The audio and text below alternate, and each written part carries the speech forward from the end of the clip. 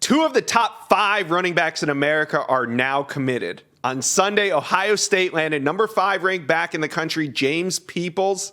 Peoples was in Columbus all weekend for a multi-day visit. The 4-star running back out of Texas announced his big commitment to the Buckeyes on social media last night. So let's bring on national recruiting analyst Sam Spiegelman. And I want to look at what remains of the top 5 uncommitted backs in the country.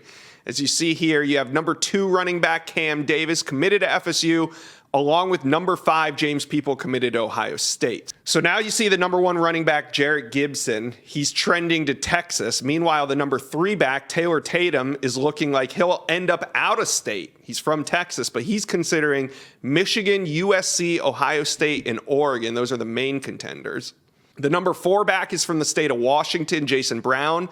I think he's going to stay out west. I got him either Oregon or USC. Brown was on campus this past weekend at USC. And then you have the number 5 running back, James People. He's the second back out of Texas, and he just committed to Ohio State. So, Sam, you have the Texas Longhorn seemingly ignoring the in-state talent and going into the state of Florida to land the number 1 back in America. Last year, they did it with Cedric Baxter. This year, they're running away on the RPM with Jarrett Gibson. So what do you make of Tennessee's strategy? Are they ignoring in-state talent, or are they just going after the best of the best? Yeah, listen, it's hard to argue with Steve Sarkisian if you're quote unquote ignoring the in-state talent and still getting the number 1 player at that position. It's hard to fault Texas for looking in that direction, but certainly, I mean, they were recruiting James Peoples very hard, and they still are recruiting Taylor Tatum, 2 of the best 5 backs in America, both from the Lone Star State, very hard. And the same goes for Texas A&M, which is also recruiting Taylor Tatum very hard as well. But listen, if Taylor Tatum and James Peoples are 2 different very styles of backs, and then you look at Jarrett Gibson, who's a different style of back. So to me, of course, like regionally, if you're, politically, if you're Texas, you should be recruiting in-state talent. It's a smart move with developing relationships and rapport with high school coaches.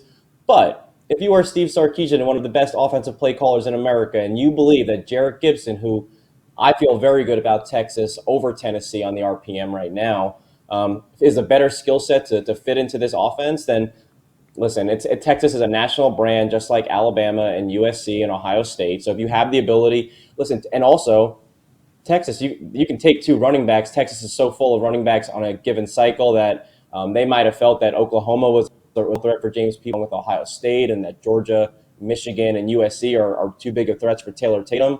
There might be another in-state back, a blue chip, that Texas feels better about keeping home than maybe one of these top 5 backs. All right, so tell me about Taylor Tatum. Do you think ultimately he's going to sign with one of those in-state programs, or do you have him pegged out of state?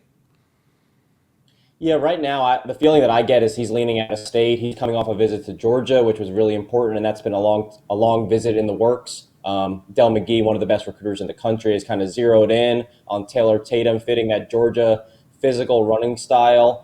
He's been to Ohio State. He's been to Michigan. He's set to go back to USC for their spring game. I think it's his 3rd or 4th visit out west to see Lincoln Riley's program. And Lincoln Riley was recruiting Taylor Tatum when he was at Oklahoma, so that relationship has some tenure to it.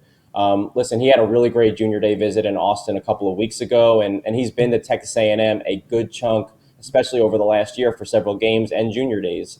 It just feels like the out-of-state schools have a leg up with Taylor Tatum right now. When it comes close to decision time, it might be, more inclined to stay closer to home. But East Texas, right now, it feels like he might be going out of state. Yeah, it does. So we'll see there. And let's talk about James Peoples for a second. You said he is a different style back. What's Ohio State getting in James Peoples? You look at James People, one of the more productive players on paper, but I love the ability he's going to have in that passing attack. We know that Jeremiah Smith is their 5-star wide receiver already on this offense. And now you look at someone like James People out of the backfield. Sure, he's great with speed running to the outside, but he's such a great pass catcher. He's dangerous in space.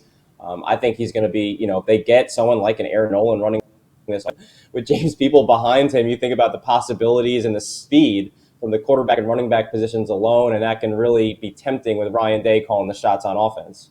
Yeah, Ohio State starting to put together those offensive weapons like they normally do. All right, Sam, we talked about QB dominoes earlier. Well, it looks like the running back dominoes are starting to fall. So thanks for checking in with us on the Inside Scoop. Thank you for watching. Make sure you smash that subscribe button for me. And remember to check out all the videos on the On3 YouTube page.